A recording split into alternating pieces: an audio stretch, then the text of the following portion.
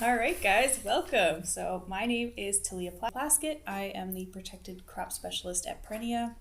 Sonny Murray, I'm the berry specialist. And the two of us were able to take a group of growers to Quebec City in September of 2025. So following the tour, we took a lot of pictures and had a lot to talk about, and we really wanted to try to share what we found, what we saw, what we learned in some sort of format that you guys can take a look at after the fact. So Sonny and I sat down, organized some photos, and really just hit record. And by the time we were done, I think about 2 hours had gone by. So realizing that nobody really wants to sit through a full 2-hour video, we decided to chop it up into a few different pieces just to make it a little bit easier to swallow. So we're just going to talk to you a little bit about how to navigate the video before we dive into the good stuff. So if you're looking at this video on YouTube, underneath the title you're going to see our little Perennia logo. You're going to see a handful of icons. We got a thumbs up, thumbs down, a share button, and then a gray description box. So at the bottom right corner of that, there's going to be an opportunity to see more, and that's really where we're going to get into our ability to navigate the video. So one of the things that you should see once you've expanded that gray box is a list of the chapters. So we broke up the tour based on the farms that we were visiting. So you can kind of click on whichever icon or whichever farm, similar to what you're seeing on this screen, and that will boot you right into that section of the video. The order of the farms in the video is the order that we visited the farms physically. We did a tour that was 2 days, visiting 3 farms per day. And that's the way the video was broken up. So first farm we see is Ferme Francois Gosselin. Then we jump into Ferme ones on Pouliot. And then we go to Polyculture Plante. And on the second day we go see Fio Inc. to start. And then Ferme Francois Blouin. And then finished off with Demers. Just note, we do have some timestamps listed on this particular slide. I don't think they're going to correspond to the actual video, just because we had to sort of add in this additional piece. But this is kind of the order that we're looking at. And the timestamps are listed in the description below the chapters, so you can find them there if you want to navigate that way. The other thing that we put in the description box down below the video is the websites for each of the farms. So if you want to find out more information on any of the particular farms, you can visit their website directly. Awesome. So now that we've sort of gone through our video navigation piece, we can actually start talking about the tour, which is awesome. So I think we had about 12 growers from Nova Scotia. We had a few others join us, which was nice to add to the group. And we had about 4 days of the tour. So we would have left Wolfville bright and early on Monday morning to get to Quebec City later that evening, and then did 2 days of visits and then head back on a bus. So the tour was of Ile de Orleans, just outside Quebec City. So why did we pick that place? It's a really interesting island. Lot of agriculture, intensive agriculture from one end of the island to the other. It has a very similar climate to what we see here in Nova Scotia. They get colder in the winter than we typically see. They made a comment a couple times that they were used to getting snow cover through the winter, but in recent years they don't seem to be getting that snow cover anymore. Something that we hear from farmers in Nova Scotia pretty consistently also. They made a decision to adopt some new technology probably 20 years ago or so, earlier than us. The tour wasn't specifically set up to concentrate on those technologies, but we had a great chance to go through them and see how they have made out over the last 20 years. No matter if you're into traditional matted row strawberry production or quite advanced, I think there was something on the tour for everybody. Mm-hmm. And I mean, we definitely do we recognize we cover a lot of material, and this is quite a long video, but we do try to focus in on different aspects for each farm, really just making sure that we kind of cover the depth and breadth of everything that we saw. So we definitely recommend you guys check out all of the snippets. And I really think there's something for everyone in all of those. So to that note, some of that innovation, at least from a protected production standpoint, would be looking at tabletop strawberry as well as protected long cane raspberry and protected blackberry production. A lot of that has been happening in Europe since I think the early to mid 90s, and then that has sort of moved to Quebec maybe 10 plus years after that. So it was really cool to see how that technology had been adapted to a Canadian climate and a climate that's similar to ours, as well as to see where those farms are, 20 years into that innovation. So have we expanded it? Have we maybe pulled back on it? What do we like? What do we not like? And really just sort of understanding what that future looks like. So one of the things I wanted to see was June bearing plasticulture and where it fit into their total program, what windows they were filling with that system. So jumping right into our first farm, it was the Ferme Francois Gosselin. They do strawberries, raspberries, and blackberries. Strawberry was predominantly in the field on using plasticulture, everbearing and June bearing. Raspberries, blackberries were undercover in substrate. They also do maple products. We had a short tour of the maple wood. They also do a strawberry U-pick, and of course, the time of the year that we went up there, that was past.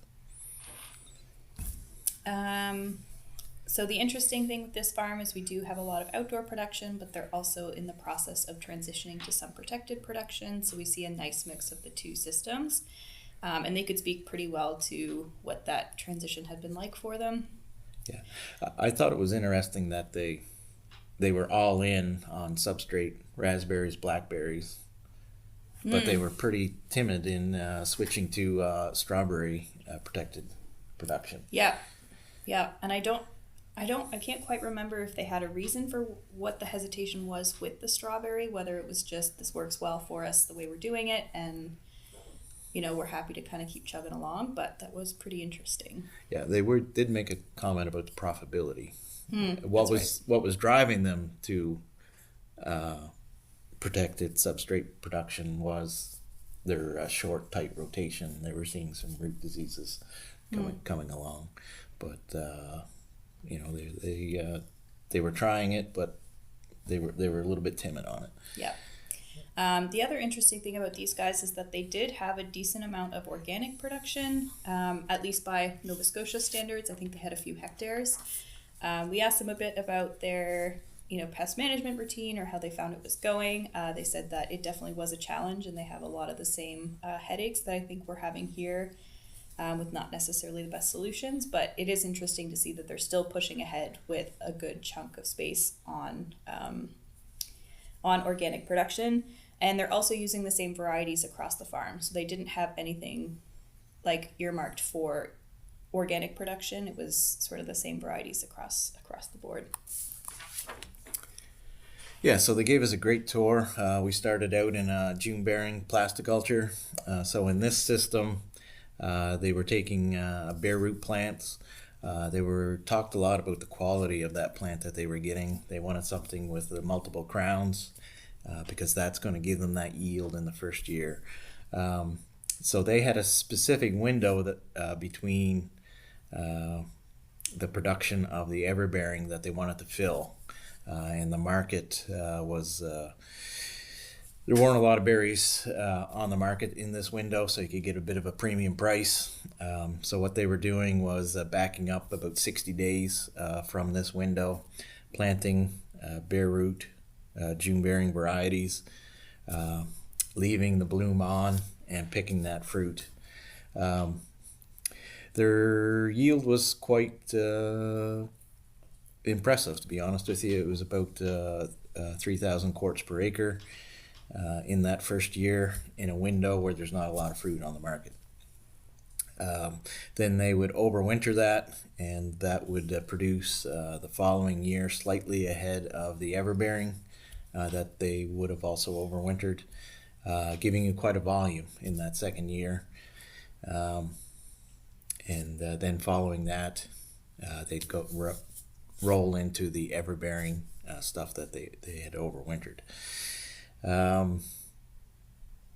In that second year, they made a lot of comments about, a high quality, large volume pick that they would get off those plants that they overwintered, which was interesting. A lot of times when you have that ever-bearing stuff, it's more like grazing than doing a high volume pick. So it was kind of neat that they'd have that high volume earlier, right? Mm-hmm. And then depending on how the field looked, they may keep it for a third year or pull it out if it didn't look up to snuff. Yeah. So also in that field, they had a variety trial going on. They were looking at different June-bearing varieties that were produced here at the Kentville Research Station by Beatrice, and they also had some stuff there from Curtis Millen's own private breeding program. So very interesting. Not a lot to see this time of year because they're not producing fruit, but keep that over to next spring and it'll look pretty impressive. Yeah, it was pretty cool to see a little piece of Nova Scotia up in the island, and that they kind of have their eye on it and want to see how it's doing. So that was a nice surprise. So from there on that farm, we did have a look at some of their ever-bearing stuff. They were using mostly Albion out in the field. And it was kind of neat because we were there that 10th and 11th of September. So they'd come through, that summer hot period, which is kind of stressful to the plants. Production was coming back on because you were out of the heat, and the guys were having a decent pick while we were there. So we spent a lot of time talking about varieties. Everybody was talking, there's not the perfect variety, not the yield we want to see, but everybody's working with what they have, looking for the next best thing. We had a lot of time to watch the pickers work in the field. Of course, it's all foreign labor doing the picking. I thought it was quite remarkable that the guys were taking a lot of time to place and roll the berry over and almost display that berry within the box, right? And it was all about how to make that berry look the best way possible within that box. The box, they were using a lot of clamshells. They were going to ship this, to a retailer, but it was really about displaying that berry. Yeah, and these guys were paid by piecework, so it was kind of interesting that they had that pay method, but we're still focused on like presentation and, a product that someone's going to want to pick up at the market. Yeah, for sure.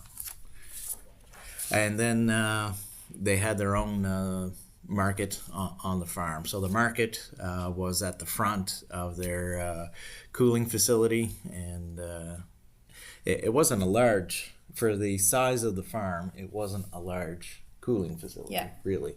But you think about it, you're not storing berries for very long, right? No, they had crazy turnaround time even while we're there. I say would pick up a little container of blackberries, and there's someone right behind me replacing it and making sure that the stand looks nice. Yeah, so at the front, the stand was looking, absolutely beautiful. Large displays, right?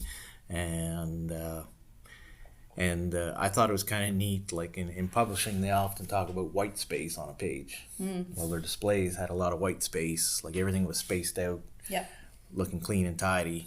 Overall, it looks like you have a lot of berries there. And as soon as somebody picked one up, as you said, there was somebody appeared out of nowhere and put another one down. And a lot of different SKUs, right? Yeah. My mentality is we only want one size of packaging, and we can keep our SKUs low, our packaging costs low. But you can see there in the sign, they have raspberries, 3 different sizes right there. They got the 300 ml, the 500, and the 1 liter. Yeah. So, different price points. Yeah. Depending on what you want, it gives you a chance to maybe go in and buy multiple berries. Yeah, that's fair. I mean, we certainly enjoyed sampling each of them, and it was nice to not have to commit to maybe a liter of each berry, but kind of pick on the smaller snack size, and didn't even really make it out of the parking lot. So that's, they're really scratching a few itches, I think, with having all these different sizes available. We really loved the cardboard sort of containers as well. It was nice to have something that was open. You can see on the photos here, a lot of them were almost overflowing. So they're really, it looks like you're getting a great number of berries for the container that you're purchasing. I think all of us had a pretty wow, this is cool when we walked in to see that. The other thing I think is worthy of mentioning is there's never just one berry. Yeah. Anywhere we went, they had all the berries. Yeah. Yeah. For most of the summer, I would say, right? Yeah. Because of the production systems they were in. Again, you look at the packaging, they are marketing the region, and then somewhere else on the packaging, they had the farm. So you're branding the region, also promoting the farm anywhere we looked. So as part of the market, they had an awesome view there and a place to sit and enjoy your berries. And of course, they have the smaller snack size packaging. So a lot of them probably, never left the parking lot, right? But when you have something like this, a sitting area with the nice colorful chairs and the view, you gotta realize that probably ends up on social media and there's a lot of free advertising, right? So we didn't fall into the pitfall, but there was also a giant strawberry to take photos with right next to these red chairs. So really setting it up like this is where people are going to take photos. Maybe not like the two of us, but some people will, and that's really great advertising to get more people out to the market and to the island. Yeah, you look up the farm on the internet, and everybody has a picture of the large berry. And just on the way back on the bus, I looked up see if you could buy that large inflatable berry. Yeah. And it was, it was $100 out of China. But what does $100? Oh, absolutely. In advertising give you, right? So if you can have something like that, I thought it was kind of neat to see. All right, so next up we went to Ferme Onesime Pouliot. So they do kind of two main revenue streams, I would say. So they do nursery production of strawberry and long cane raspberry plants, but they also do full fruiting production of strawberry, raspberry, and blackberry, with all of this happening on the same site. Now, it was different for this farm compared to the first one on the tour, was that these guys didn't have a farm market, so they really weren't thinking about sort of that consumer interaction piece the same way that maybe the first farm was. So we started off in their tray fields. This is where they were producing all of their own strawberry plants. Yeah, so I'll jump in. So they took us to the tray plant field where they produce plants that would be sold off farm or used on their own farm. They do quite a volume of this. These are plants that will be used in glasshouse all across North America. So these can be sold in the fall, planted in a glasshouse, produced through the winter, or they could put these in cold storage. And ship them out next spring. So before this stage, there is a large greenhouse that we didn't go into, and that large greenhouse has a gutter system in it. Up high, those mother plants are produced from tissue culture, and then the runners are allowed to develop and extend down almost to the floor. These being elevated off the floor and kept dry, there's not a lot of disease spread in there. So we weren't allowed to go in there just because we may drag something into the early production and have those diseases multiply through the system. So we weren't allowed in there, but they did take us to the tray plant field. So you have your runners coming down at a certain point in the summer. They'll come through, cut those runners off, stick them in soil, and start to root them. So that's what would have happened here. They would have stuck them in trays, put them in this structure here, and rooted them. And then at this stage, you can see a lot of workers in the background. They're going through, looking at each tray and doing a little pruning, taking the flowers off, If there's any leaves that are senescing, dying off, they'll take those off too. They're also spreading out the trays now that the plants are established in them. This lets a little bit of sun in them and helps with crown development. So we have multiple crown plants, and they also have a chance to develop those fruit buds. Yeah, it was pretty. They were running a really tight ship, I think, in terms of spacing and timing and when things start to get spaced out. So it was pretty remarkable just to see. We got a timeline. We got kind of these steps that we're adhering to every step of the way throughout the whole summer to make sure that each plug plant is produced with the same quality, with that same goal of multiple crowns per plant and a decent fruit set.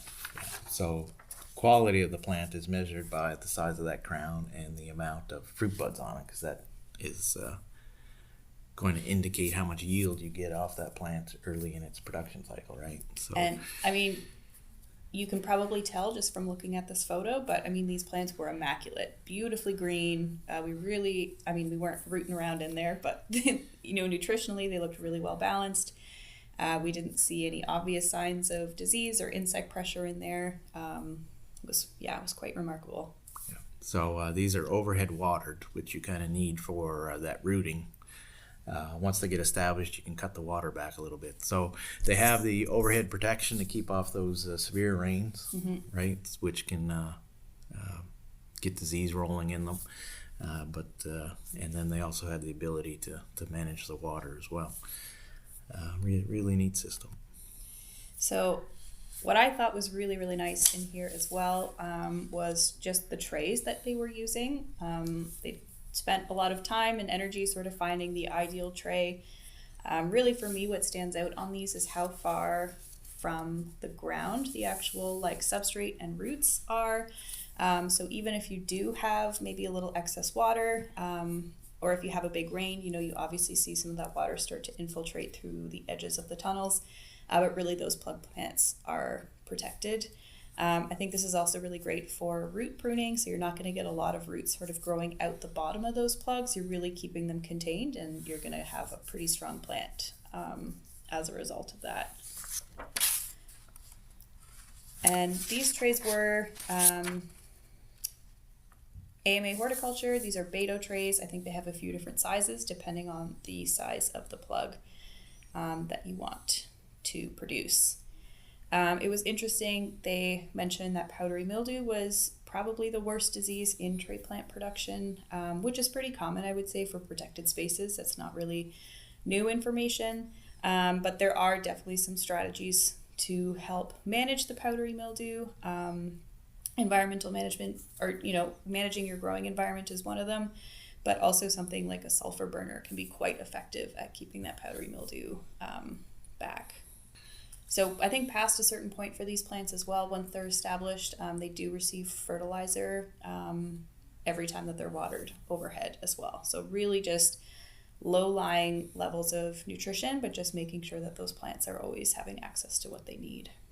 Yeah, looking at those pictures there, the plants look really healthy, but not overgrown, right? Yeah. So, you got that nice dark green to them, but not overly vegetative. Absolutely. The plants aren't really high, they're quite compact, but they have that nice healthy look to them. Shine of the leaves, nice dark color. It's good stuff. All right, so we transition then from the tray plant production right into their full fruiting mode. This was quite impressive. So this would have been early September we were there. Tons of fruit on here. They'd obviously just come through and picked, but there's still a lot to come based on the amount of green berries that we're seeing on here. You'll notice, a lot of the fruit here was really pulled out out and away from the majority of sort of the plant and kind of hanging over the edges of that grow bag there, which they had mentioned on the tour that they do have crews come through and they're pretty continuously training those new trusses to produce sort of out over the edge. So they're pulling them out over their strings and making sure they're just really free of the canopy.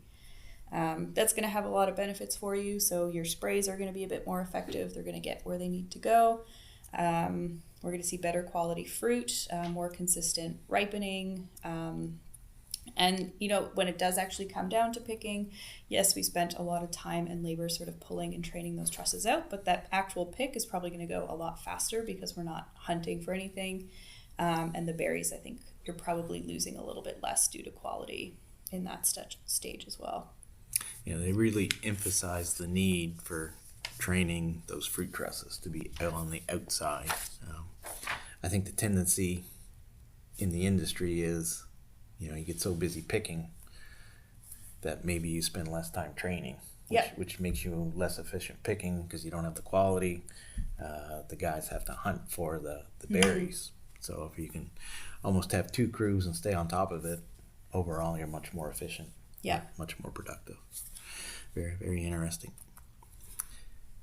So their main variety that they were growing was Florida Beauty. They did have a few other varieties on the farm, whether it was variety trialing or, you know, just other ones that they like to play with. They mentioned that these are all obviously tray plants, which we saw produced in that tray field setup, but they were getting about 350 grams of fruit in that first flush, which is quite impressive. So this was our first also stop where we were looking at their umbrella structures. This is basically a high tunnel, but instead of sort of seeing the connection between the bays, we have a bit of a space between them. So we're not looking at collecting rainwater between the hoops. It really just kind of free drains, I would say, into the farm between the rows. Much less infrastructure, much cheaper, and they're still really doing the job of keeping the water off of those berries.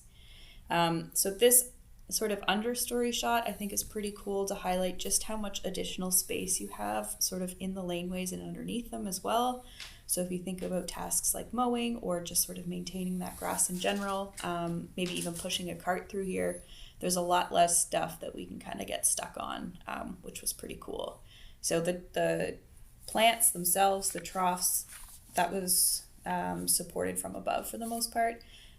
You can see a few cross beams sort of on the left of this photo, but I think that was just because we were at sort of the front of that particular tunnel. So further down in the image, we really don't see that same support. Yeah, that's right. Those poles we see are just the bracing at the front of the tunnel. Yeah, really interesting. The only posts that came to the ground were the ones that were holding up the structure. Mm-hmm. Yeah, and the black line you see there is just for their irrigation. Really interesting. And so it was kind of cool because they were in the process of throwing out some of their older crops, so we got to see what the structure looked like stripped down, not with all of the additional sort of plant infrastructure in here. So this is just sort of a shot down, I would say, the center support of what the trough was sitting on. So I would place my pot sort of on these steel rods, and then we sort of have that white tape on the other side just to support anything from toppling over, and then also to help with things like supporting our trusses once they're growing. But yeah, we kind of have a very top heavy, I would say, and then not a lot sort of happening on the bottom, so that's pretty cool. Oh, and just one last note on this one. Winter storage, obviously they've taken the plastic off of these things, so I think one of our main concerns with these particular structures is that they don't withstand high winds very well. Obviously an island based in the St. Lawrence in Quebec is going to experience some decent wind and some decent rough weather, but I think targeting these structure to the right window is going to be the key for success. So if I can save money on my tunnel and I just make sure the plastic is off before that wind really gets ripping in September, October, yeah, you're in good shape. We didn't get a chance to see it on the tour, but and this photo might capture it better, is the plastic is pulled to the end on a reel that's on a loader tractor. Mm-hmm. So the reel is on the front end loader. It all gets pulled to the end, and then that bundle can be stored just at the end of the rows in the field. So it's not a lot of manual labor to roll up a great deal of plastic. No. Yeah. The the magnitude of the site was something.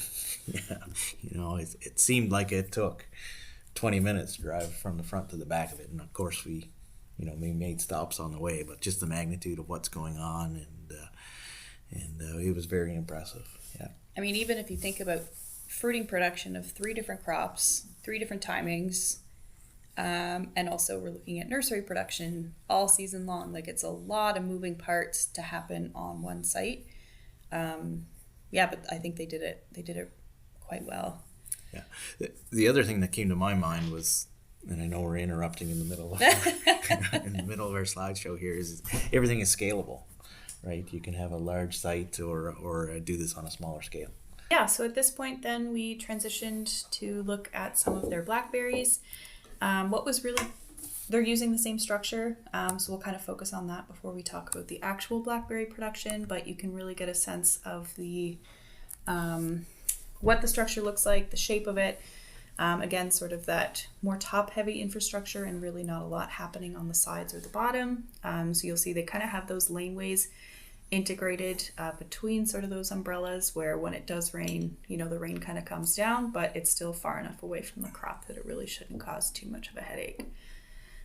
What's cool when you start using these structures in a raspberry or a blackberry setup is that we're looking at using the support for the structure also as our main trellis. So there's also some additional cost savings there. We're not really having to set up and anchor our own system. It's really just capitalizing on what's already there. I talked a bit about wind when we were looking at the strawberries, but some of the things that they were talking about when it came to wind was really those 100-kilometer-an-hour wind events, those gusts. That's kind of where we start to get a little bit sweaty. Again, if we can try to use these structures, I think, outside of those windows as much as possible, I think that's a really great strategy, and there's still a lot of benefit to be gained from that.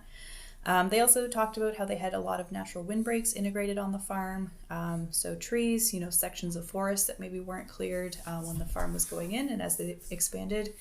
So really making sure, this isn't placed on the top of a hill overlooking the St. Lawrence, but being strategic about where these are placed just to help minimize that risk a little bit more.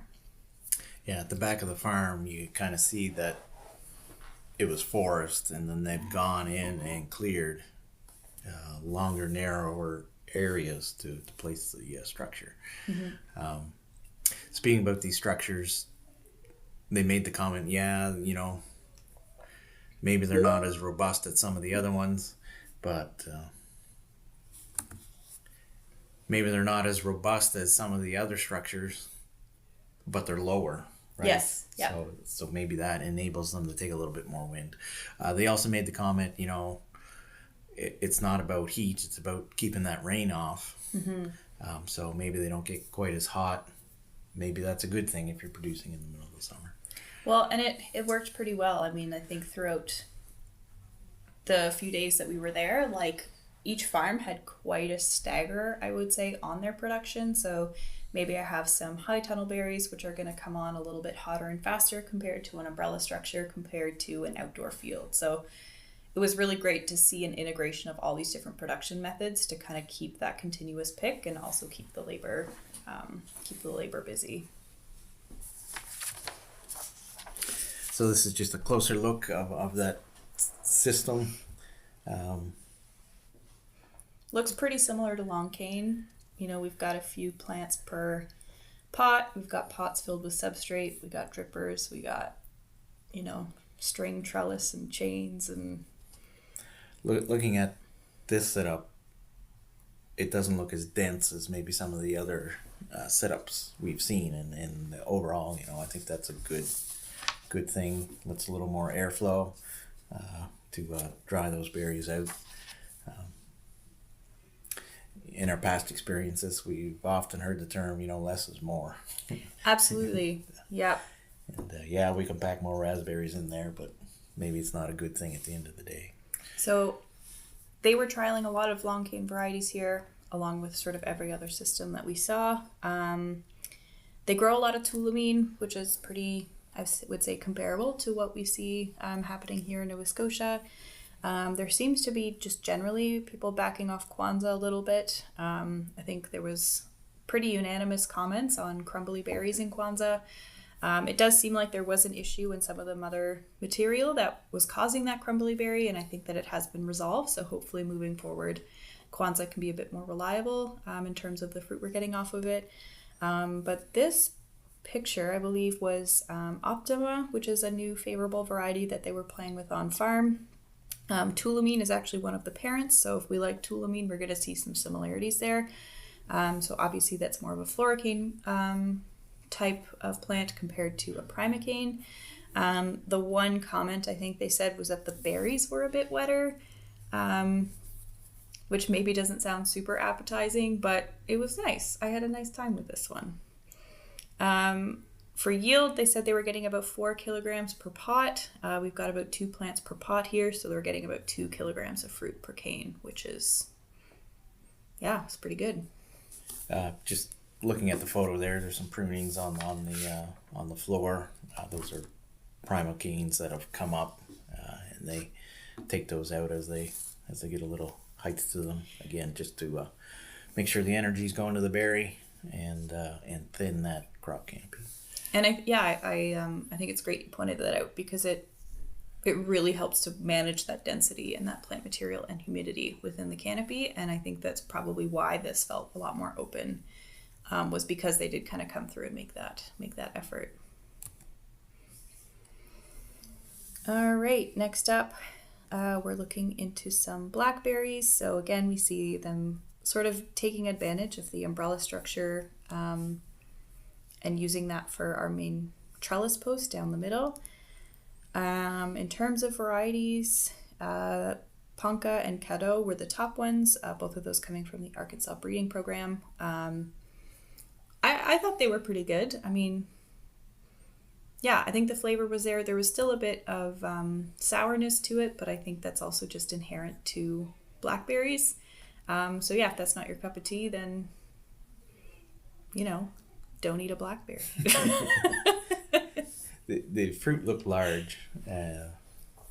Yeah, the fruit was huge. And in this region, I don't think we're accustomed to eating blackberries. We don't know what a blackberry is supposed to taste like. And yeah. I think in other markets that little bit of tartness is the berry they're looking for. Right. If you think about the way we've accepted maybe other tart berries and we know that they're going to be tart, maybe we just don't have that association with blackberries quite yet. Sorry, just before we power through, just some of the spacing on here, we had about 4 pots placed every 10 feet. Unlike long cane raspberry, we actually have 6 canes per pot compared to sort of the 2 canes per pot that we're a bit more accustomed to. So it seems like a lot, but I think that those canes are also not nearly as thick compared to the long canes that we're used to, so it doesn't seem like some crazy crowded pot. And what else we got here? And we had about 10 feet between each of the rows. So I think it was very comfortable walking through the space, very easy. We weren't brushing up against canopy. We weren't bumping berries. Like, I think it would be very easy to come through with a small sprayer or picking carts or whatever else you need to get in there to do. Yeah, so the row spacing, the spacing between the posts, as you will, between the trellises, 10 feet, same as what we saw in the raspberries. Yeah. And yeah, very easy to walk through. It wasn't crowded. Yeah. So this is obviously my favorite thing to see and my favorite thing to talk about. So very similar to what we would see in a long cane system or in really any sort of containerized production, are these monitoring stations. So really irrigation is going to be the thing that makes this work for us. We're going to be fertigating with every single watering as well. And I think it's really, low and slow. We really just want consistent fertilizer all the time, so that those plants really can focus all of their energy and growing power on yield. And we're not worrying about like when the next food's coming, when the next water's coming, it's dry, it's too wet. It's really just about being as consistent as possible. So what we've got, it looks like about 3 pots that have been set on a tray. all of that water that kind of leaches out the bottom, which is very much necessary when we're doing container production. All of that leachate is going to collect into this black bucket at the bottom. And that bucket is going to be checked at least daily, if not multiple times a day. And it's going to give us some really, really valuable insight on basically what the plant is doing. So some of the things we would be looking at would be electrical conductivity, or EC. So if we know what the EC of our feed is, which we should be collecting, and I think they're collecting that actually in the white bucket just further up, you'd put a dripper or two in there, so then we can really make sure that the volume that I think is coming out of there is actually coming out of there, and that the solution is sort of being mixed the way that I think it should be. These systems can behave sometimes, so it's nice to double check that we're actually getting what we think we did. So we're going to know what the electrical conductivity is that's going into the pot. We're going to know the volume that's going into the pot, and then by collecting what's coming out the bottom, we can kind of validate that a little bit, and we can also tailor our program. So for example, if we see that our electrical conductivity is higher coming out of the bottom of the pot compared to what we're putting in, and when I say higher, I mean significantly higher, we've got a little bit too much fertility in that pot and we want to back off a little bit. We might want to flush it with water just to make sure it's not getting too salty in there.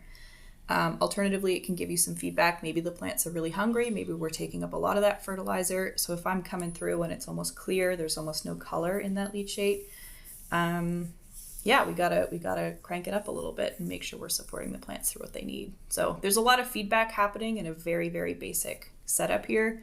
And I think that's really going to be the thing that makes or breaks hydroponic production for you.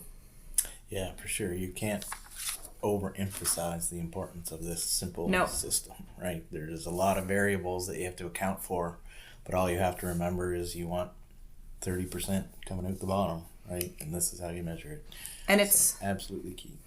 We can't control the weather. We can't control when it's cloudy or rainy or super, super sunny. But if I check this every day, it's going to tell me, what that plant needs and when. Do we need more water? Do we need less? It's a very simple system. And even if you have a more complex system, this is how you check it. Yeah. Make sure that complex monitoring system is working. So absolutely key. You can spend hours on this slide. We'll spare you guys from any more of that nonsense. And here's just a picture of one of the berries with my hand for reference. We're looking at probably the top half of my thumb at least in size. Also keep in mind that this is happening early to mid-September, which, quite impressive. The natural tendency is for size to drop off as the season progresses. Yeah. But here we are in September, coming towards the end of the season. Yep. Maintaining that size. So it was like, it's a 2-bite berry here. Like, we're not just popping that in there and good to go. So that I thought was pretty cool. That isn't always my experience or my memory of eating blackberries. So that's pretty cool. So from there, we had a tour of the long cane nursery production. So they're growing the canes that next year will produce the fruit. So these are used in their own production, but they're also sold, again, all over North America to other producers. So these canes, these plugs are produced either from tissue culture or as root cuttings. Put out in the spring, and the goal is to grow that cane through the summer, produce their target of so many buds on that cane. Some of them are going to be vegetative, some of them are going to be fruiting, but they want to get the right number of buds because that sets up your yield for the next year. So they control pests through that year, fertigate them properly. You can see by the foliage that they're nice and healthy coming into September. But then they want these to go dormant, go to sleep for the winter. Then they'll place them in cold storage. So they were just going through the process of clipping them to the proper height and trying to get them to go to sleep. which I thought was pretty neat. So I think we were there at the right time because they had achieved that maximum height that they wanted, and now was the time to turn the corner and put them to bed. So I think typically for cane height, we're not really looking at anything that's ever going to be taller than like 1.5 meters, but it was pretty cool to kind of see them just, we're growing, we're getting tall. So we saw some tunneling happening at this point. So that was pretty interesting. But I do think it's also worth mentioning, these guys have their own fertigation recipe, so they're not on the same juice that the fruiting production would be. And I think it's very safe to say that they are also on their own irrigation schedule. So it was a completely different system, different feed, different mix, and different timer, I think, depending on what these guys needed. And again, we would be using a very basic sort of water collection system and use that for feedback to say, we need more, we need less, that sort of thing. So, and I think for this guy, again, we're looking at umbrella structures, but what really struck me for this one, as opposed to sort of having our one line sort of coming up the middle and supported by string, we kind of have two vines, each of them going up each side of the V here. So they really were prioritizing sort of light penetration all the way down into the bottom of the canopy for a lot of this stock, just to make sure they're producing a quality product. So I thought it was interesting that even though we're producing the cane, we're not interested in fruit at this stage, right? Yeah. They still had them under the umbrella structure. Yes. And why is that? Part of it is if you get a big rain, all that water runs through the pot and it interferes with your vertigation. Absolutely. Right? And then you also have the disease control aspect of it as well. We wanted the right amount of moisture in that pot to decrease root diseases, and then on the vegetation side, you want to keep some of that moisture off to decrease cane diseases as well. So yeah, it's very interesting. It's quite interesting that really rain is our biggest headache, even in the nursery stage and the fruiting stage, and by preventing that from hitting your crop, we're making some pretty big strides in quality and consistency.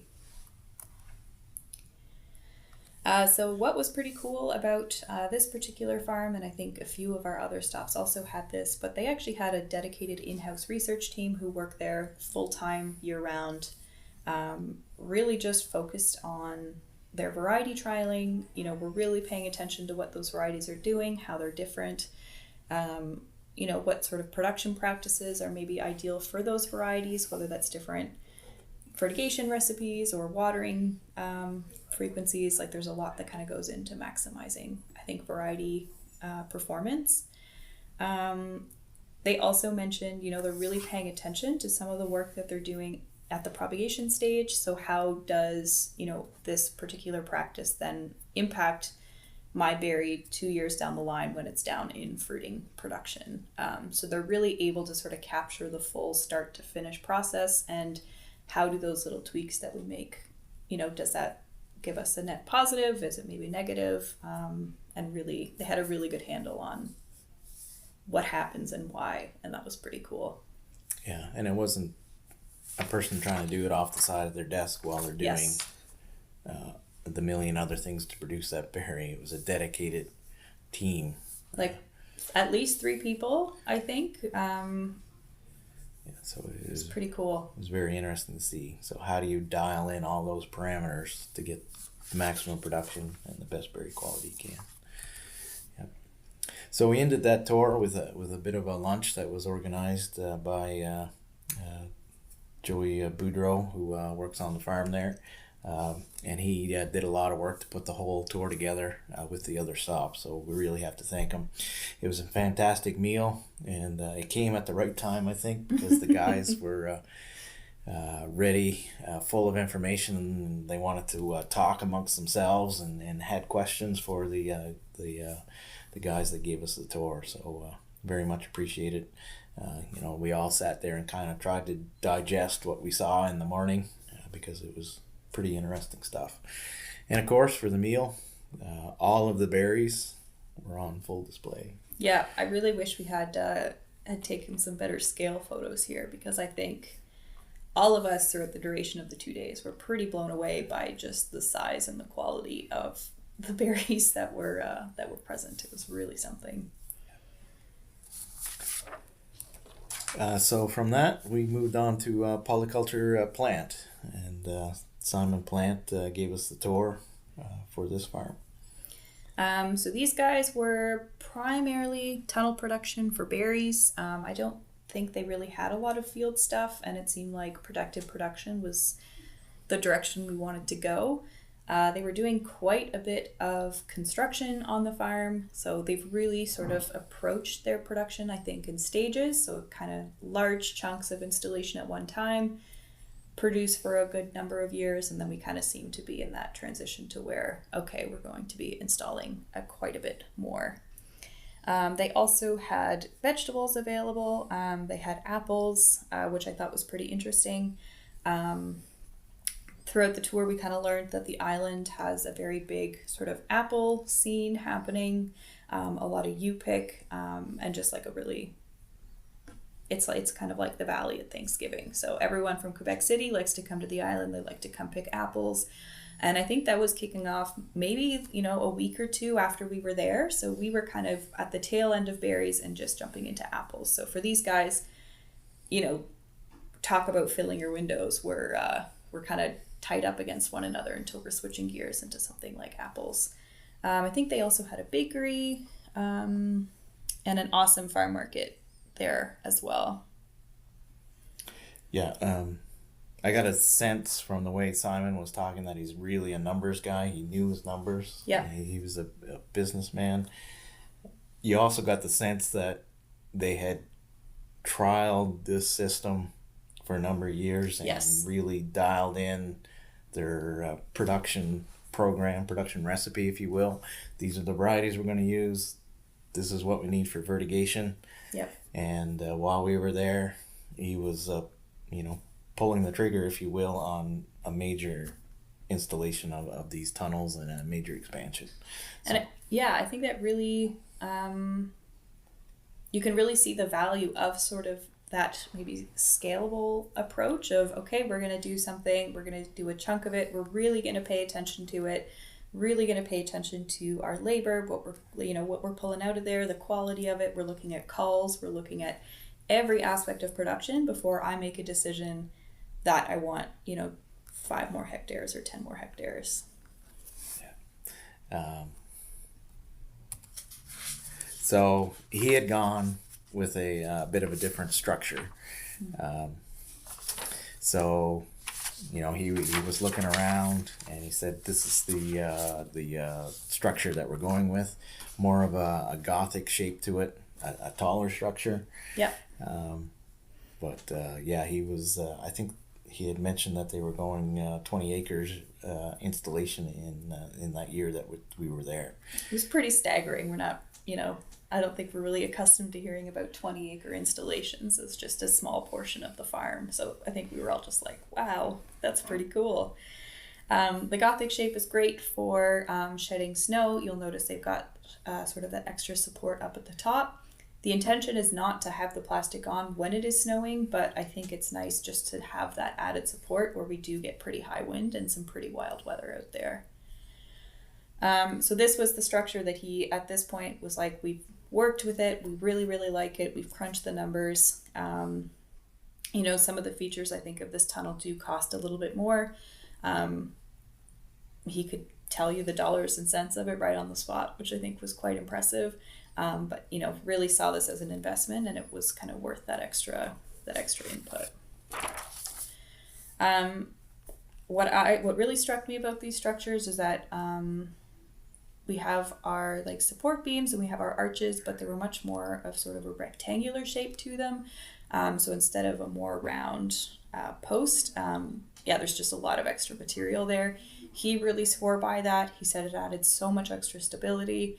And this was one of those upgrades where he said, we recognize that this is going to be a bit more expensive, but we're investing in the future. And I think especially where our climate is a little bit more unpredictable, we just want to make sure that those things are going to stand as long as we want them to. So he really went out of his way to minimize infrastructure that came down to the ground level. So in this picture, you can kind of see that the irrigation went up overhead, and the tubing, piping, whatever you want to call it, would come down from above and go to the eaves troughs, or in the raspberry system. Again, it was overhead, so you can keep that bottom canopy more open. And he thought it was just easier to manage the floor that way. I also like, as you mentioned, the floor, to have ground cover installed at this stage, I think is very interesting. You don't typically see it being put in as like a major infrastructure piece. I think a lot of the time we add it in once the structure's in and once the trellis is in, and then we kind of start noodling around with getting that down, but pretty impressive. He was taking a lot of time in sewing these ground covers together too, and making sure that there was no areas for weeds to grow. Yes. There's no weed growth. He was not having it. We don't have time for weeds. We're taking the time now. Yeah. So in the next shot, here's the strawberries on the same farm. Again, irrigation lines are overhead. You have nothing underneath except for the support posts coming up. So keeping it very open. In this system, he doesn't have the ground cover, so he is mowing some vegetation there. This I thought was very interesting. He had built in a lot of drainage ditches between the overhead structures to get that water out of the greenhouse, right? So at the bottom of those drainage ditches, you can see there's a drain there. Get that water out of there, and of course the more you can do that, the more you control diseases and just make the place more easier to work in for your workers as well. So it's really one thing that, we'll kind of go back a few pictures here, but we can see there's very obvious sort of raised sections, there's very obvious lowered sections, really with the intention of channeling water and managing water. You'll notice between the arches, he doesn't have anything to sort of collect the water and funnel it sort of up top. He's allowing that to sort of happen in the ground, much more in the structure than I think what we're kind of doing here. But I think if you account for the water, the water's coming, I'm putting in all of the tile drain and the appropriate channels for that water to go, you can definitely get away with not collecting it sort of up in between those arches. But definitely like a more installation type decision. It's a really hard thing to try to implement ditches and stuff like that once we have our posts in the ground without sacrificing that integrity of the structure. Yep. And even in the bottom of those ditches, you got your ground cover sewn together, tucked in. Yeah. Everything looks tidy. It was hard even to find the sew lines. Like I think he was trying to show us where they were, and like it was just that tightly done, that precisely done. That was quite something. It was tidy on that scale. Yeah. So coming back to just the long cane raspberry production, he was using nets, which we didn't see a lot of, and maybe a fuller canopy. Still great space between the rows. He had mentioned that a lot of the guys use twine for their support. He was using nets. He just found it easier to put up. And I think it came back to a lot of his timing and how he was managing the crop. So if you're going to use nets, they have to go up early to catch those laterals as they come out. And then you have to train those laterals as they're coming out. So if you're on top of it, maybe it's an easier way to train them. And he thought it was easier to pick because the laterals were trained the way he wanted them. Held in place by those squares. They didn't have that side-to-side movement. I think what really kind of speaks to the focus that they have on really optimizing every part of the operation was saying that the netting in particular was easier with varieties that have long laterals like tulamine. So where the netting might not make sense for other varieties, they've played around with the netting on all of the different varieties that they're trialing and that they're growing. And just catering it to that variety, right? If tulamine has long laterals, let's set up a system that is going to support those long laterals well and make sure we get it in before we're fighting our way through it too much. Just a couple notes on the structure itself. because you have those posts or supports coming down to the ground level, you have rows that you can't spray. Yeah. And, we were kind of, oh, what do you do? You're going to have disease take off in here. But he was living with it, right? Yep. You just know that you're going to have 2 outside rows that aren't going to get sprayed. They're going to get sprayed on the other side, and you live with it. Didn't seem to be a huge issue for him. I do think having the, I think we are struggling a bit with, what sprayers are the best suited for these spaces. I think a lot of people talk about orchard sprayers. I think you can get away with maybe not spraying certain, the way that he had made the decision that those outer rows didn't need attention. But I think they're getting a lot of penetration with this particular sprayer, which helps. Yeah, being set up to spray properly. Yeah. Getting your coverage is the way to do it. Of course, he's on a large scale, so I think you need to have the sprayers to do the job, right? You need to have the capacity to get over your crop. So, there's sprayers made for that. Again, he was at that 10-foot spacing. Yeah. Things were spaced properly so that you could get through there with the sprayer, and they were doing a good job. So a sprayer's critical. Pretty crucial. Pretty critical piece of equipment. Yeah. Yeah. So this was interesting. Again, this was in his tunnels. He doesn't have the ground cover on this one. Strawberries we're looking at here.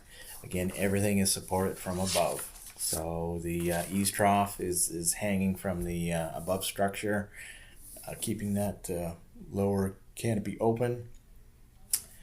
Again, you get more airflow that way. It's also easier to mow underneath and control that vegetation. What we're seeing here on this tray is suspended from above. You have your plastic tray that the plant is sitting in. It's got holes on one side of it, which drain into this little gutter structure hanging again from above. That's collecting your water and channeling it to the end. He wasn't reusing that water, no. But by having that little gutter there, you can channel your water and collect it and reuse it if you want it to go in that direction. So very interesting. That gutter doesn't have to be big. No. It's draining. It's not a high volume of water that's dripping out of the pots, but it's happening constantly. So, very minimalist in design, but very functional. Yeah, I think, and I think the material cost potentially could be reflected in that as well, right? If we have something, the width and the length of that entire, that entire row versus something that's maybe a third of the width of the pot, that's pretty cool, and it does the job we need it to do. What I really liked is that each of the pots that the plants were planted in sort of had enough of a lip, and that lip is sort of just resting on those sort of 2 steel rods, I guess you can see. So you kind of the rails, you kind of just set them in. So the trough really isn't supporting the weight of anything. It's truly just there to catch water. Yeah, and you can adjust the height, so you can adjust your level of those too. So it was pretty cool. Yeah. Minimal design. Yeah. So after that, we went to the market. I think he made and me and Talia were questioning this number earlier. I think he made the comment that in fall, when it's busy, on a weekend, everybody pours in from Quebec City. I swear he said he was getting 5,000 visitors a day through that period. So, and you could tell by the flow of the market, it was set up to funnel people through, out in one door, out the other. But I was blown away by the displays of fruit that they had, the variety, just the size of the displays, and again the quality of the produce that was there. Now, I certainly wouldn't want to be there really in any room with hundreds of people at any given time, but the market was set up in a way that it could accommodate that. We had really wide aisles between the displays. They knew that how people would sort of act in a market. We're grabbing, we're looking, and so they really, really thought about, I think, the flow, the volume, what people sort of want and really focused on the customer experience. Yeah, and they had multiple checkouts too. Yes, So they did. They were set up for it. A large parking lot. Huge. And I think they had, I think they were working on installing some tunnels right off the market, so sort of have something that people can kind of pull up and take a look, kind of be a part of that production system a bit. And I believe they had a bakery on site as well. So decent bakery. And the tunnels that you mentioned that they were setting up, you could see them from the parking lot. Like there was, you could view them. Yeah. Almost from the parking lot. Whether you wanted to go in them or not, you still had the experience. Yeah. Again, just a little shot of the packaging. They're marketing the area, the region as a production area, and then almost, I don't want to say secondary to that, but they also had the farm name on the packaging as well. But they were marketing it as a region. And so one thing they talked a little bit about, which I don't think we'll focus on too heavily here today, was between some, the major farms, they had sort of joint efforts in marketing and selling and distributing their product.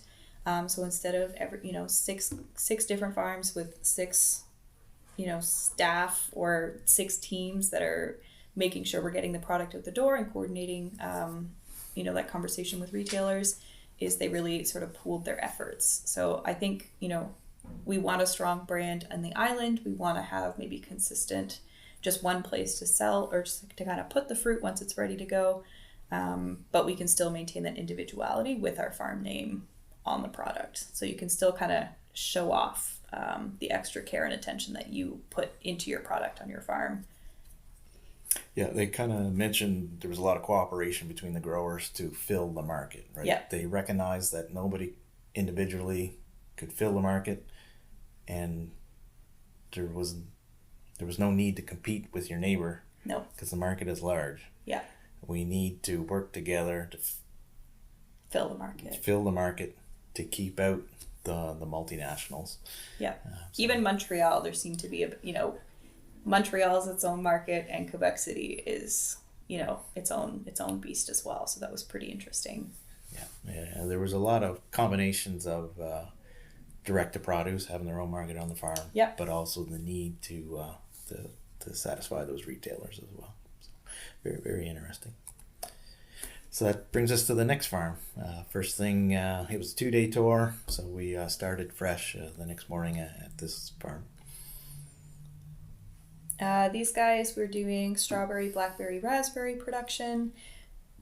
In terms of nursery stock, they weren't producing any for sale, but all of the nursery stock that they needed on the farm was basically done in-house. So that was kind of an interesting trend or theme I think we saw across some of the visits from yesterday as well, was this sort of need or dedication to really produce some if not all of your own stock, really just to help manage insects and disease. Yeah, they were looking at their input costs, but also striving to get the quality of plant that they needed for their production system. And I think, based on the pictures of the fruit we've kind of shared and just our own experience, I think you could really see the payback of that in what we were pulling off the plants and even the numbers. These guys didn't have a farm market, so these were, pretty exclusively sent to major retailers. So Andre Gosselin led us on a tour of his farm. We started in this production system, and this was the only production system we saw of this type. Yeah. And it was pretty neat to see. Pretty neat to see what you could do.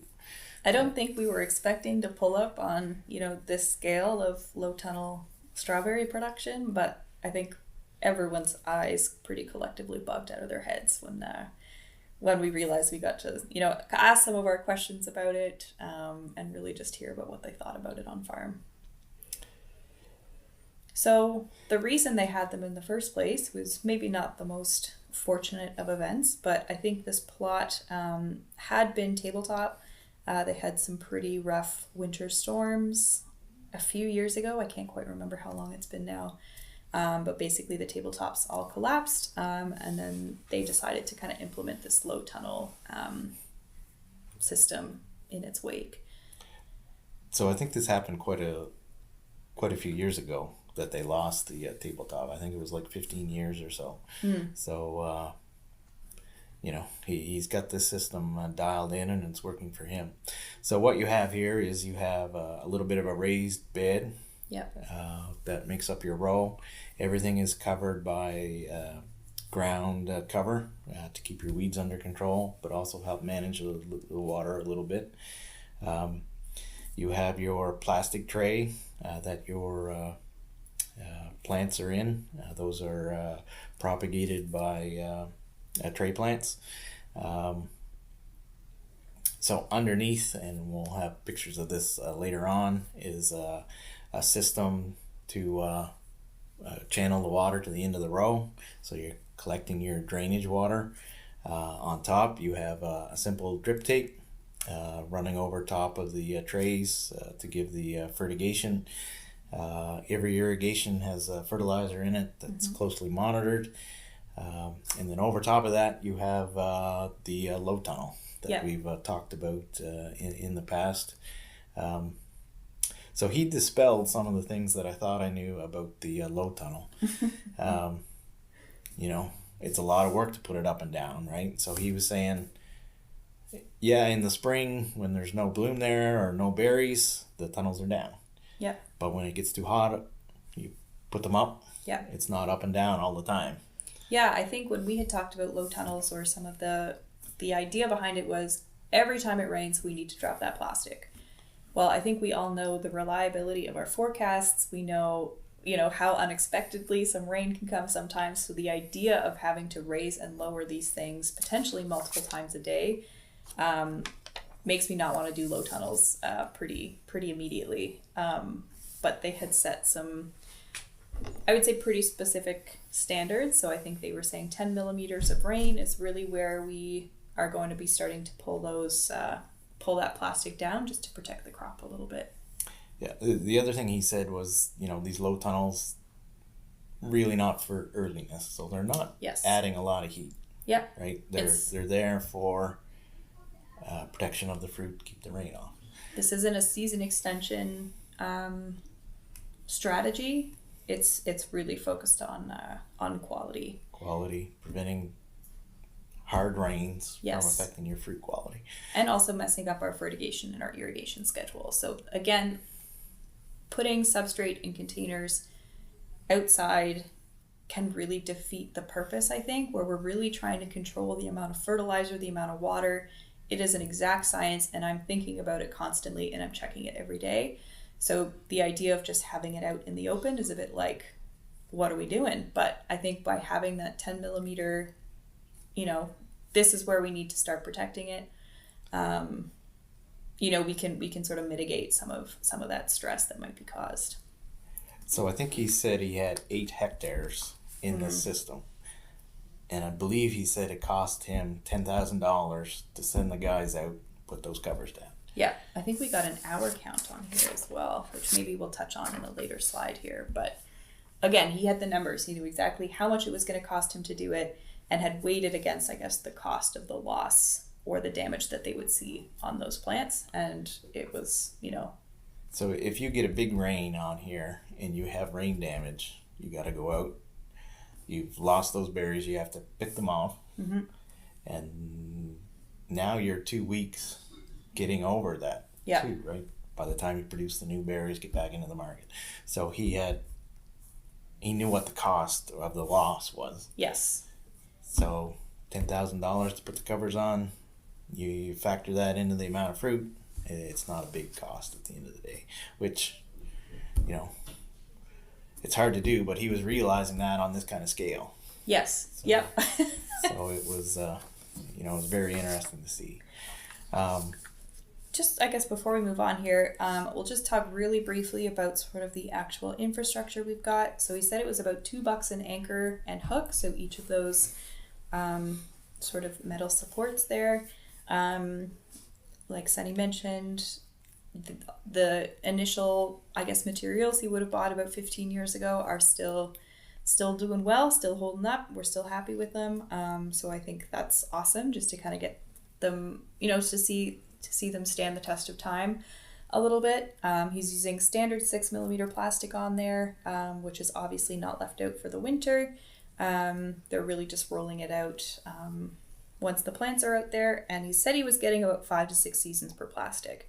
So this is a bit longer than I would say is probably our like ideal recommended lifetime for a plastic, but where we are not covering the plants completely and constantly, I think we get away with it.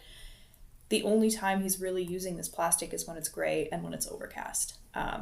So we're not really seeing a major loss in light levels happening under that plastic, and then we're not really seeing then the resulting decrease in productivity that you would if they were covered constantly. The other neat thing is, we have expectations of what you need for a sprayer. Oh, we gotta have drop nozzles to get the penetration under from the sides, and the plastic's there and it's going to interrupt. Yeah. You just use a normal broadcast sprayer, something with enough clearance to get over the top of the hoops, and away you go. Yeah. You don't overthink it. And from the quality of the fruit we're seeing, he's doing a great job. I think the other thing is, when you keep those big rains off, you're seeing less disease get a foothold too. So less need to spray because of it. And he had a few, were some obvious driving lanes sort of between the rows, where the tractor would make its, where the sprayer would make its passes. Yeah. So I think just on the next slide, a little bit closer up, you can see the drip tape coming up on top of the tray. Very simple irrigation, but of course you're doing a great job managing it.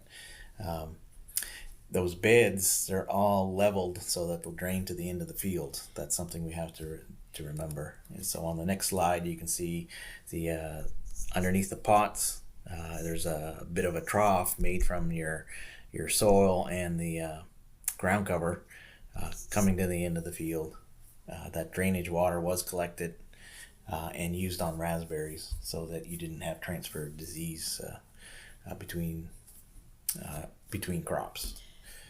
So he would have installed this drainage when he was, I think, forming those initial beds. So we form our initial beds, we're laying the necessary piping sort of in that bed, probably right underneath where we're placing our pots. Really just get that water out of there. And again, I think that really just speaks to the control of the system. We don't want roots sitting in water. We don't want excess water. We don't want excess humidity. They're just, they're getting it out of there. But I was really excited to hear that they were recycling their water and reusing it. Again, maybe not on strawberries, but we can put it somewhere else. I did ask him if they were treating the water with anything, whether we're concerned about, is it pathogens? Is it, excess nutrients? And I think he said their biggest thing was just filtering it. So making sure that whatever debris that might work its way through that system was cleared out, make sure that all of our irrigation lines stay clear, all of our fertigation pumps, all of that stuff.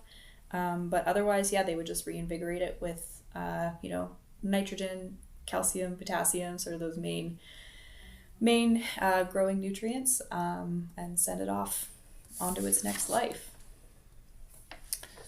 So again, just the scale of it, there was a comment made that they were more efficient in their picking, just having a little bit of the raised bed.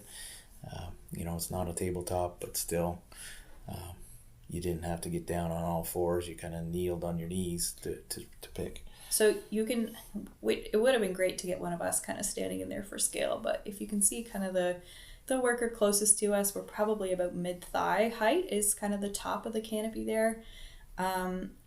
He did have some decent picking numbers just for comparison. So he said for a traditional strawberry setup, they're picking about 12 kilograms per hectare.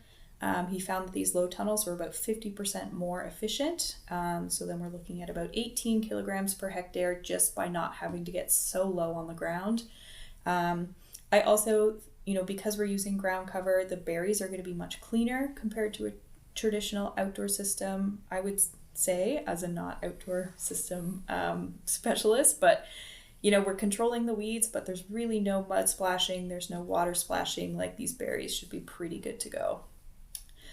He said sort of top of the season, when we're really, really ramming out fruit, they can get up to 20 kilograms per hour picked out of these low tunnels, which is just incredible. One other piece, so yes, we're recirculating our water, but he also had a really great system set up for their substrate. So the substrate in the pots that these plants are currently growing in would be used for 1 year, at which point he would then pasteurize it. So again, we're really trying to knock back that any potential disease that might be accumulating. I think by not recycling the water and making sure that we're pasteurizing that substrate, there's, where is that introduction really going to happen, which is really, really great. Once they treated it, then they had sort of mixed it with some fresh substrate, which was then going to be used in raspberry, blackberry. So we have a mix of the new and the old. Helps to reduce the cost, but also reduce the risk of sort of reusing the substrate. And then that substrate was good for about 3 years, which was awesome. So we're really looking at sort of a 4-year lifespan in our container production system. And after that, then they kind of spread it and incorporated it into fields around the farm. So contributing organic matter, residual fertility kind of has the potential to be used up. And it was really nice to sort of see that it was a really well-rounded system. I think every aspect of it was reused as much as possible. It was super well intended, very well thought out.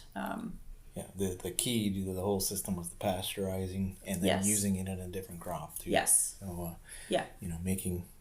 making something out of what could have been waste, really, right? So. And I think acknowledging that strawberries don't maybe do the best when they have the same substrate for years and years. So we kind of identify where the biggest risk is and then say, okay, but raspberry, blackberry, they don't mind it as much. So it was pretty cool. So from there, he took us into his greenhouse structure that he uses for primarily propagation. So making those tray plants that he would fruit the next year. So if you squint a little bit at this picture, overhead are those troughs where he puts the mother plant early spring. That mother plant is produced from tissue culture, so it's very disease-free, placed in there above the ground, so you never want it to actually touch the ground because that's where the moisture is, the pathogen potential is.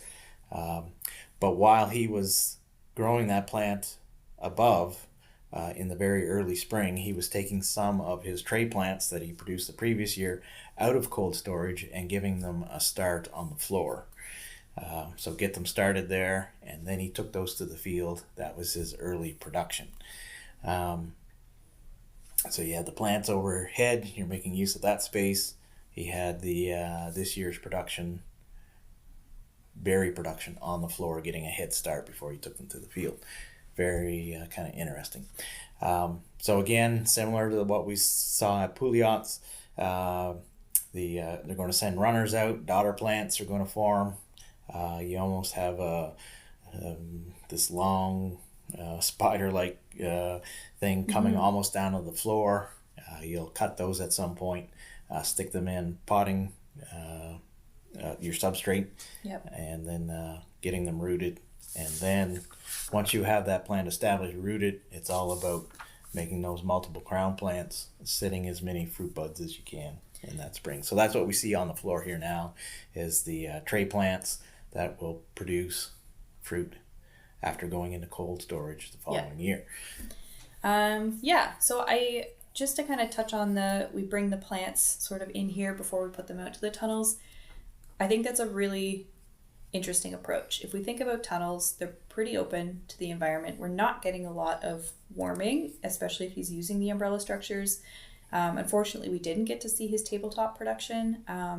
But I think really what he's doing at this point is giving them the warm boost. So this greenhouse has much more environmental control compared to what he would be doing his fruiting production in. You can see he has a heat pump over on the left, which I'm really, really excited about. This is really not a common technology to see in greenhouse spaces. This was something they had custom made on the farm, and this was one that they had trialed for the year. He was 100% in support of it. He really liked the technology, and I think he said that they had 2 more coming to be installed over the winter for next spring. The intention for these greenhouses is really to run from March until October, so we're not trying to maintain 20 degrees and a minus 20 degree, outside temperature. It's really just about kind of taking the edge off. So I think sort of warming up those plants, really getting them going. We got tons of sunlight. They're going to be able to withstand. I think that they're going to be able to get going much faster compared to putting them outside in what we all know can be a very unforgiving April or May. So I thought it was kind of interesting because he had a heating system in place now with propane or something. Yeah. And he was yanking those out to go with the heat pump. So he was sold on the technology for sure. Yeah. The other thing you'll notice on the top of the image here are sort of these plastic bags. So typically this is associated with positive pressure. It's a really great way to move air throughout the greenhouse. We're seeing a few setups like that happening in Nova Scotia. It's not crazy high tech. It's really just about, are we drawing air from the outside? Are we drawing air from the inside? How are we moving it down? How are we circulating that air in the greenhouse? So that was pretty cool to see.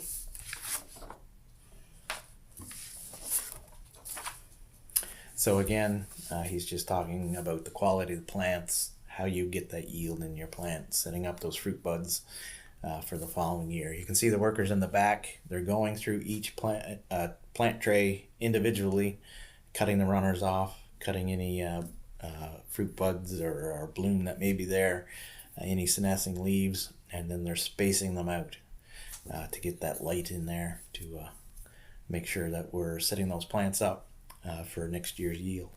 The one other thing I'm going to point out, because I love myself a good yellow sticky card, but they do have some yellow sticky cards hanging up from the ceiling. These are just a great way to keep track of our pest pressure. It's an early detection system. We just take a look, see what's flying around, and maybe we can come in and spray before we're, in a bigger infestation scenario. I think we were so blown away by the low tunnels and the heat pump and the nursery production that we kind of just didn't take a lot of pictures for the rest of the tour, which is really unfortunate. But I think, we were really able to deep dive on some of the systems that we hadn't seen anywhere else. We kind of heard a lot about, and I think we can, feel a bit more comfortable talking about it and understanding the benefit to it and how we would actually use it here. The one thing that really stood out to me, again, loving my yellow sticky cards and my beneficial insects, was that he was playing around with companion planting a little bit. So this was in their blackberry crop. They were using faba beans sort of on the edges of the rows. And really we were using this as a trap crop. So we're trying to pull our insect pests out of the blackberries and we want to pull them more towards the beans. I think this was the first year that they had done it. He said he really liked it. I think for next year, they're probably going to put some beans sort of in the middle of the rows as well as the edges. So it doesn't have to cost a lot. And it was enough offered from, a few extra plants on the ends of the rows that he was like, yeah, we're going to keep doing this and let's see what else it can do. Yeah, I thought it was a really interesting take on having another crop in there. Usually we add alyssum or something like that in order to harbor the beneficials or attract the beneficials that are going to then predate on the pests that we're trying to control. This was a little bit different. This was to attract the pest out of the crop that we're trying to produce. It can be a bit different take on things. It can be a bit of a, canary in a coal mine. So if we start to see these plants going down, this is a great way to keep track of maybe what our pest pressure is without actually sacrificing our own crops. So the beans start going down, maybe the rest of our crop still looks pretty good. And we know we really need to, hammer down on this issue before it starts to impact my yield. So Andre was a tremendous host. We could have spent the whole 2 days there. I think every corner you turned, you saw something fascinating. But by the end of it, we kind of ran out of time. And he was a tremendous host, and I'd like to get back there someday. So from there, we went to our next farm, Francois Blouin, and the tour was led by his son Francis. Um, yeah, so they were primarily orchard. They did a lot of marketing to the Grand Marché, the larger farmers market in Quebec City itself. Um, they're really fortunate to get on this farm. A little bit more traditional in their production. So here we're looking at matted row strawberries. He had a great, this was the establishment field, great catch here, great weed control. Things look really dialed in. Some of the solutions we looked at were very simple, right? So he was looking at using this corn for wind protection as a windbreak, and then in the next year he would use it for as a laneway to get the fruit out of the field. So, in year one, a lot of guys would have left the laneway bare. He put some corn in here to give a little bit of a windbreak, help catch some snow over the winter, maybe keep some straw on that field. But still utilizing that laneway in a year where you wouldn't necessarily be using it. You'll notice even just on this photo, like we're seeing some mountains in the backdrop. It looks like we're at the top of a hill. I think the river was even down there. So this would be a very windy site otherwise. So I thought this was what a clever way to sort of reduce windbreak. We're not planting trees though. We're not looking at forest. It's kind of a quick, easy crop to toss in there. It doesn't mess with your rotation and gets the job done. Yeah.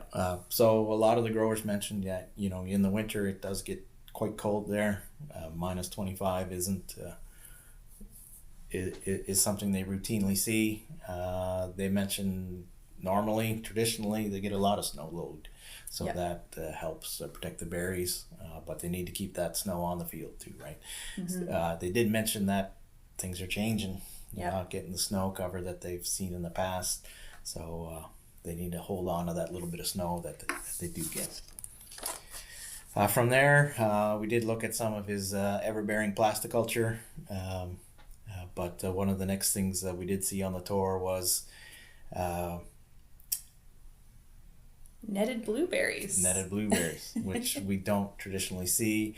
I had kind of written this off as something that's a lot of labor to manage that netting, but I have a different perspective on it after seeing this guy and how he managed it.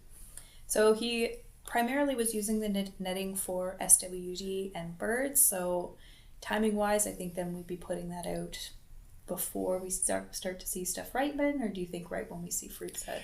I think he mentioned that as he was starting to see color change, okay, that's when the nets went on. And that's not what I expected, right? Mm-hmm. I thought these nets stayed on a lot longer than that. So that's key in managing it, right? Yeah. So you're able to do your traditional management up to this point. Once you see the berries start to ripen, nets go on. And yes, there's obviously going to be labor in putting up the nets and then installing the system, but they did say that there's no spraying happening from this point on. So maybe those numbers cancel out. Yeah, and I think the way you look at how we manage our berries, what are we really spraying with after we get right? What are we spraying for after we start to get that color? Mm-hmm. Mostly SWD, right? Most of it is SWD now, right? Up to that point, we've done a good job of managing botrytis, anthracnose. If we've done our job, we shouldn't have to spray a lot as we approach harvest, other than SWD, and now we're eliminating it with the netting. So this was, you can kind of tell we've got some seams sort of running up along the top. So this was a bunch of big pieces of the net that were kind of zipped together before they installed it. So that was kind of cool. And then I think they take that down once they're finished with the harvest and they put everything down to bed. Yeah, I think he had mentioned, and I don't remember the exact timeline, but he was 5 years or more into this system. So, he was happy with it. He was sticking with the system. Yeah. He had a lot of experience with it, and it was working for him. And also, eliminating that bird damage. Yeah. So there's some posts to support it. It's not high, again, because we don't have to get our tractor in there to spray. It was pretty cool. So they kind of just navigate these posts. If I I can pick that up pretty easily and I can lay it down, and then obviously that lowers the net. And then when I want to push that back up, you kind of just push it up. So it was really just a series of these posts. They weren't anchored in anything. They weren't secured in a significant way. Just a flat enough bottom to kind of keep standing up and keep that net where it needs to be. And I think he mentioned he had 3 acres of this production. Yeah. So, something sizable. Certainly enough to warrant the protection, but it shows it could be done on a scale. Mm-hmm. So that was it for that farm. Our last stop was at Régine Demers. These guys had a large tomato greenhouse operation, which I don't know if that was sort of their primary business or that was just sort of a part of what they were offering. I think he said it was about 25 hectares large, and that they had seen a pretty major expansion sort of in their tomato realm in 2022. In addition to that, we saw a lot of raspberries. So they had, I think, about 6.5 hectares under umbrellas. They had 0.3 hectares under glass greenhouse, which is pretty cool. I think this was the only site where they were doing sort of the full glass production of berries in any capacity. And then about 3.5 hectares of long cane raspberry production on farm as well. It looks like they started with raspberries in 2006. So that 3 hectares was nursery production. Oh, nursery production. To supply the 6 hectares that were under the umbrella. So Okay, right. So they don't have strawberries on site. Really, we're primarily looking at raspberry and blackberry here. Yeah. So they started in raspberries in 2006, so they have quite a few years behind them already. And in addition, they also have 0.2 hectares in blackberry production with the view to expand that production. So these guys were also very much about the numbers, very much about the structure. I think we spent a lot of time, learning more about it, and also just hearing sort of different perspectives on it. He said that they paid about $1 per square foot for this type of structure, compared to a lot of the other high tunnel infrastructure, or a lot of the high tunnel infrastructure we see in Nova Scotia. That's quite a bit cheaper. Obviously, there's a lot less infrastructure. There's a lot less steel associated with this. It's really just sort of that question mark surrounding the wind that I think is kind of the barrier when we think about this one. I thought it was interesting because we came from Simon Plante. He had his structure that he was all in on, and we arrive at this farm, and this is the structure that they like. Yeah. He was all in on this and said this is the way we're going to expand in the future. So, different perspective. And I thought what was cool is, we asked them, which one do you prefer to work in? And the answer was the umbrella structure over the high tunnel. They have both on site. And then, how do you find your berries behave in the 2 different structures? Do we see a difference between the 2 of them? And they said yes, and we prefer the umbrella structure. So, I've always thought that this is a really cool idea. I'd really love to see it at least trialed here in the province, but really hearing that we're seeing, easier to work in. We generally just prefer being in these structures and that the plants are doing better. It was a good selling point, that's for sure. Yeah, so one of the things he mentioned is because your posts are also your trellis, there's no row that you can't spray. Yeah. So he can get in and he can very easily spray every row. And then he thought the ventilation was better because you have an opening. Yeah. It may be small, but every 2 rows you have that opening for ventilation. Doesn't trap as much heat in the peak of the summer, which is a good thing. And maybe decreases that overall humidity a little more. Yeah, and I think all of those to me translate to, probably a happier plant at the end of the day. These types of plants don't typically like it to be super hot. This was a interesting site. So this was a site that had a lot of small fields on it. They were laid out in nice squares, but in between the fields and they were originally fields, there was a lot of Norway spruce. So we had these quite dense hedgerows planted around every one of the fields. Everything was laid out in a nice square. Those Norway spruce were getting some size to them, Yeah. Which was fairly interesting. But it was definitely more subdivided, I think, than some of the previous farms that we had visited on the tour. So it worked. It really worked, I think. It was just a cool approach, I think, to managing the wind there. So he had mentioned that some of this site was 15 to 20 years old, and he hadn't seen any deterioration of the structure. Yeah. Or any movement in the structure. Yeah. It was pretty tidy. So we talked a lot about varieties. He was using a different variety than we saw anywhere else. So he was using primarily Cascade Harvest from Washington State as his main variety. He liked it for the yield and firmness. But he was also playing with, and I'm going to butcher this name, apologize. It's a town in BC, Chemanis. Chemanis, I think. Yeah. So it's out of the BC program. They also had a little bit of yellow production, Cascade Gold. And he had a limited amount of acres for that because it's kind of a more of a specialty. He had mentioned that he trialed over the years 97 different varieties. So everybody's looking for that perfect variety. And he'd gone through a lot of ones that didn't make the grade before he found this one and settled on it. These guys, I don't know if they necessarily had like a here is my research team, but they obviously are spending a lot of time and energy on focusing on finding the right variety and making sure that the production system and their like management practices match that variety. 97 that's a big number. He also mentioned that he does 2 plantings. Some of the other farms we were on, they did 3 plantings. So he did a planting early May, late May, and some of the other farms we were on did an additional planting early June. His yields were, I thought, pretty impressive.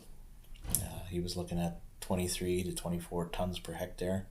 He mentioned that his low was 20 tons per hectare, and if everything fell together, he can get as high as 30 tons per hectare. That's quite a staggering yield when you picture how many berries that would take. He went on to say, he did not overwinter the pots from 1 year. It was a 1 year harvest and then out. And he just thought it was too much to manage. When you overwinter in the field, you have a lot of animal damage that can occur, birds pecking at the buds and that kind of thing. You also risk that they wake up too early if you don't have the snow cover. He was producing his own plants, so he thought he was mitigating some of that risk. Produce his own plants, keep his costs down, keep them for 1 year, move them in. So again, coming back to the structure, this is just a schematic that we found to compare the 2 structures. When you're using an actual tunnel versus the umbrella, your tunnel's much higher. There's a little bit of wind risk there. Maybe you can get away with a lower type system. But I think it's very neat because each post also supporting your trellis structure, right? So you don't have a lot of posts in the ground, making the best use of your material that you're purchasing. And probably a much easier installation, right? We're not looking at, okay, now we're doing, the support post for the tunnel, and now we got to go back and we got to do the support post for the trellis. It's kind of a one and done. Let's get out of there. And again, he did a really good job here of managing the space between the umbrellas. So recognizing that this is where all of the water is going to go. We're going to get a lot of water sort of coming through the system here. So he had the infrastructure he needed to make sure that we're not getting, flooding or accumulation of water in any major way. Yeah, and he was still coming through here with the sprayer, right? So he was putting some gravel down where it was needed.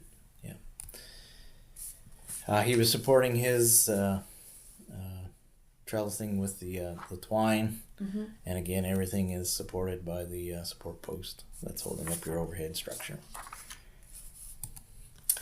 Flipping ahead, this was his nursery production to produce those canes. He had mentioned that he was getting everything from tissue culture and planting those plugs early in the spring to produce this cane. So he was doing both blackberry and raspberry. Mm-hmm. He talked a little bit about their kind of spray regime. He said they were probably out there every 10 days or so, just kind of keeping everything under control. He did like the electrostatic sprayer for most of the sprays he was putting on, but did find that for mite control you needed a bit more penetration in through that canopy. So they did have an air assist sprayer for that purpose. Just a close up of the pots. You have the spaghetti tube and the spike emitter, 2 spikes per pot. Just a close up of that. And I think here you'll notice he's got some bamboo in there as well. I think he had that actually secured to a part of the trellis system there, just for a bit of extra support. Yeah, so the bamboo goes up, it's tied to the wire of the trellis system, and the canes are clipped. You can see the plastic clips. Yeah.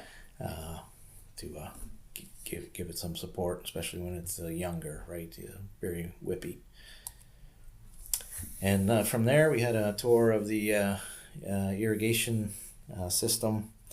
So the water was coming from a pond. It got put in here. I thought it was very interesting for the size of his operation, and he also had the massive greenhouse tomatoes as well. Everything was still in bags. Yep. Yeah, you can kind of see them on the image there. We expected some big old bulk totes, but no, everything was done with bags, and he came back to saying, I got to measure it out.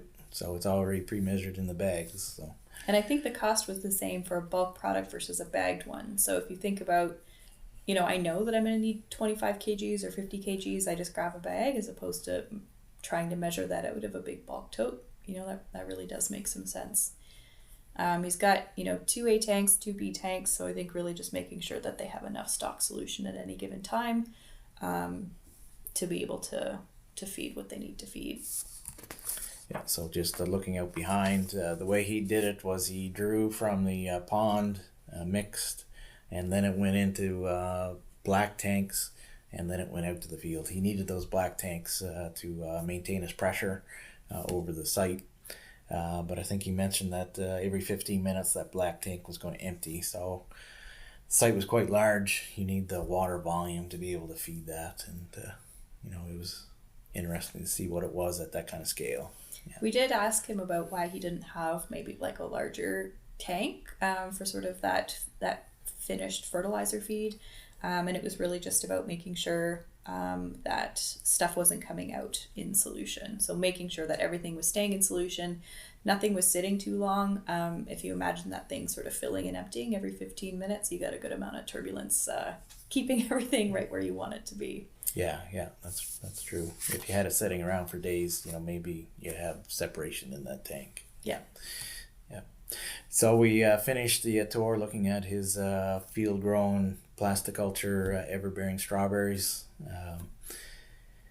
And I thought, again, some of the solutions we're looking at, are simple. Some of them are more complex, right? So again, I come back to my corn rows. I'm an outdoor guy. Some of the solutions are pretty simple. They were having a problem with dust on their laneways, right? Mm-hmm. So they come in, they plant that row of corn. It keeps the laneway shaded a little bit, so it keeps the moisture on the road, keep that dust down. And again, you also don't get the wind blowing across that. Nobody likes gritty, dusty berries, right? Yep. And he's really not giving up a whole lot here, right? Nobody likes to pick that outer row anyway. The pickers, they all want to be in the field where they can pick on both sides of them. So you're satisfying your pickers, you're keeping the dust down. And a very simple thing. And if you're in a market garden situation, maybe that can be ornamental corn or something else anyway. Absolutely. For variety, he settled on Florid Beauty, I believe, for the everbearing, which we don't see a lot in Nova Scotia. but it was working for him. Everybody's looking for that magic variety, right? That has that combination of quality berry and yield. So that kind of concluded our tour. The guys were so open on the farms that we visited. There was no question that we couldn't ask. Great hosts. Yeah. I can't say enough. So we're going to finish out with a little bit of a montage of some of the packaging we saw, because again, it comes back to marketing the region, and then and working together with your neighbor. I think it's interesting too, where we have some of these farms who are doing the farm market thing, who are doing sort of those direct to consumer sales, but we're also doing to retailers. So we do have plastic clamshells. We have maybe 3 sizes of these cardboard boxes, small, medium, large, all this different type of produce. It was really, as we kind of talked about earlier, like maybe not the easiest thing to manage or deal with, but it obviously was paying off for all of them. If we're all sort of doing the same thing, we must be happy with it. There's one of those cool comparison photos. So it was it was quite unbelievable. If you think about a blackberry, 2 or 3 fingers on your hand, and a strawberry right in the middle of your palm. That's quite a good sized fruit. And the blackberry's the same size as the even bigger, strawberry, which wasn't a small strawberry either. Yeah, no, it was pretty cool. One of the assumptions I had made was that these guys are making a living by shipping to the U.S., but that isn't necessarily what we saw. They were satisfying their own local market, and trying to keep that multinational berries out of their market.